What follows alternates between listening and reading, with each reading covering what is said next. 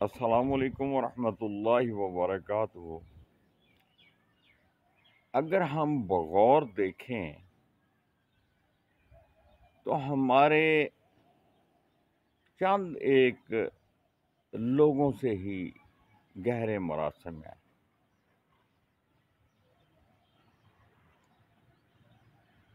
اور وہ بھی ایک محدود حلقہ احباب ہے، اور ان میں سے بھی کوئی 5% یا 3-4% ہمیں جو لوگ ہیں جن سے ہمارا ریگولر واسطہ ہے یا ان کو باقاعدگی سے ملتے ہیں، حال احوال پوچھتے ہیں، وگرنہ تو کون اور میں کون۔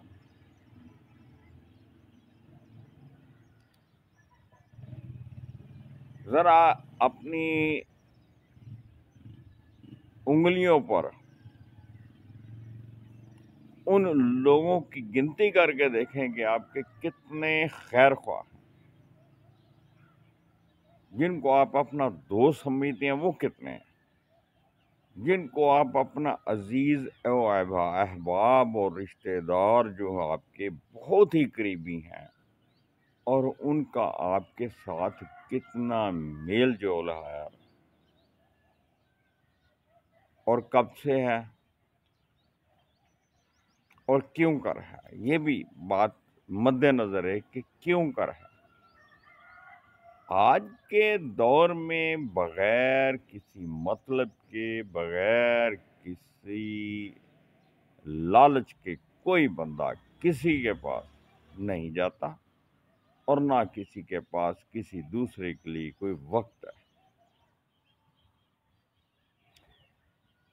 ہم آئے ہیں نا اس دنیا میں، ہمارے جو چند ایک ریلیشنز ہیں، جن کے ساتھ تعلقات ہیں، وہ دھیرے دھیرے کم ہوتے جا رہے ہیں۔ لوگوں کے پاس وقت ہی نہیں ہے ملنے کے لیے، نہ رشتہ داروں کے پاس ہے، نہ بہن بھائیوں کے پاس ہے، نہ دوست و احباب کے پاس ہے۔ آپ ایک وقت آ جائے گا کہ آپ بالکل اپنے خود کو تنہا سمجھیں گے۔ آپ کی اولاد جو ہے وہ بھی جب اپنے بال بچوں میں مصروف ہو جائے گی، تو اگر آپ خوش قسمت ہیں اور خوش نصیب ہیں تو پھر وہ آپ کی خدمت کریں گے اور آپ کا حد سے زیادہ خیال رکھیں گے، وگرنہ آپ کون اور میں کون۔ آپ کی بہو بیٹیاں جو ہیں، پہلی بات تو یہ ہے کہ وہی آپ کے کہنے کار میں نہیں ہوں گی، انہوں نے اپنے شوہروں کو اپنے ہاتھ میں کر لینا ہے، اور بس وہ شوہر وہی کریں گے، وہی مانیں گے جو ان کی بیویاں جو ہیں وہ ان کو کہیں گی۔ بیٹیاں جو ہیں آپ کی اور ہماری وہ دوسرے کو گھروں میں ہیں، وہ پرایا مال تھا چلا گیا، اب وہ ان کی مرضی کے مطابق آتی ہیں، ملتی ہیں، اگر وہ اجازت دیں مل جاتی ہیں، نہ اجازت دیں وہ بیچاری کیا کر سکتی ہیں۔ وہ اپنی اولاد کے لیے اور اپنی ذات کے لیے وہ اپنی ساری زندگی وہیں پہ کھپا دیتی ہیں۔ آج صبح نماز فجر کی ادائیگی کے لیے میں مسجد میں پہنچا، ابھی 10-15 منٹ نماز جماعت کھڑی ہونے میں رہتے تھے کہ مسجد میں اعلان کیا گیا کہ ایک جنازہ ہے، اور وہ نماز فجر کے فوری بعد اس کو پڑھنا ہے، تو لہٰذا جو لوگ بھی اس میں شریک ہونا چاہیں وہ آ کے شریک ہو جائیں۔ یہ مسجد کے سپیکر میں باقاعدہ یہ اناؤنسمنٹ، یہ اعلان کر دیا گیا۔ میں دیکھ رہا تھا کہ نماز میں 2 مکمل سطریں موجود نہیں تھیں،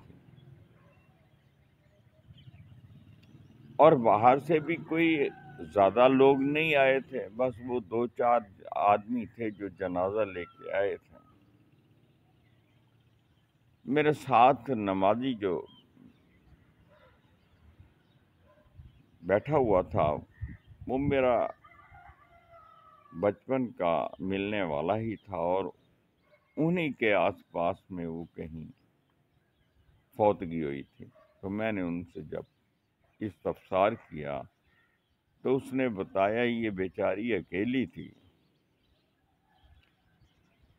اس کے بھائی جو ہے وہ بیرون ملک ہوتے ہیں، اور یہاں پر اس کے علاوہ کوئی بھی نہیں تھا، اکیلے تنہا زندگی گزار دی، اس نے شادی بھی نہیں کروائی۔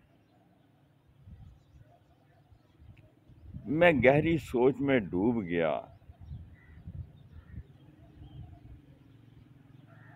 اور اس نتیجے پہ پہنچا نہ جانے اس جیسی کتنی خواتین تنہا زندگی گزار کے اس دنیا سے رخصت ہو جاتی ہیں،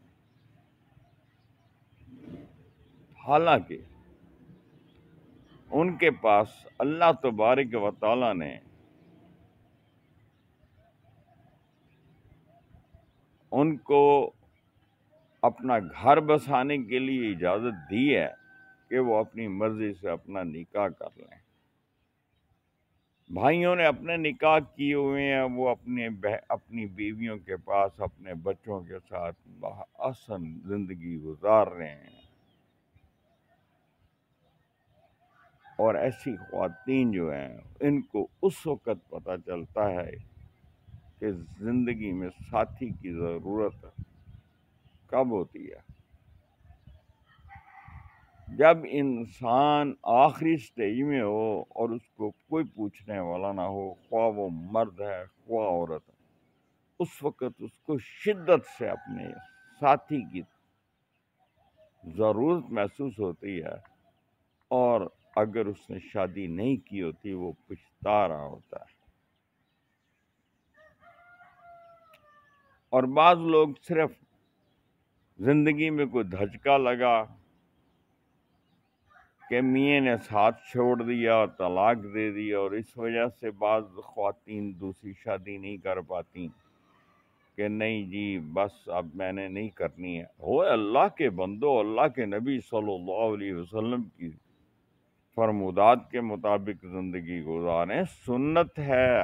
اللہ کے نبی صلی اللہ علیہ وسلم نے جتنی خواتین سے شادیاں کی وہ سب کی سب کنواری تو نہیں تھی، کنواری تو صرف حضرت عائشہ صدیقہ رضی اللہ تعالیٰ عنہ ہی تھی، بلکہ حضرت عائشہ حضرت خدیجہ رضی اللہ تعالیٰ عنہ کا آپ کیا اور نبی پاک صلی اللہ علیہ وسلم کی آپ کی عمر میں کتنا فرق تھا۔ آپ 25 سال کے اس وقت جوان تھے اور وہ 40 سال کی خاتون تھیں۔ تو اسی طرح جب آپ 40 برس میں پہنچے تو آپ نے حضرت عائشہ صدیقہ رضی اللہ تعالیٰ عنہ، جو کہ اس وقت 9 سال کی اور بعض کتب میں 11 سال ان کی عمر تھی، ان سے نکاح کیا اور 2 سال بعد رخصتی ہو گئی۔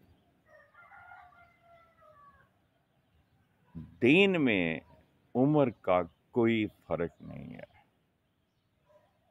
دین میں دیکھنے والی چیز ایمان ہے، ایمان ہے تو سب کچھ ہے، ایمان نہیں تو کچھ بھی نہیں۔ اللہ کے بندو، اللہ تبارک و تعالیٰ نے یہ ایک بہت بڑی نعمت انسان کو دی ہے کہ وہ ایک دوسرے کا لباس اس کو قرار دیا گیا ہے قرآن مجید میں،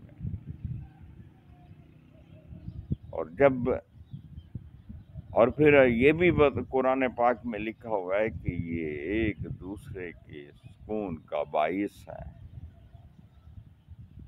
تو پھر بھی ہم نہ جانے کن بھول بھلیوں میں بھٹکے ہوئے ہیں۔ اللہ کے احکامات اور فرمودات کے مطابق زندگی بسر کریں، تو اللہ کے فضل و کرم سے آپ کو بے شمار نعمتوں سے نوازا جائے گا۔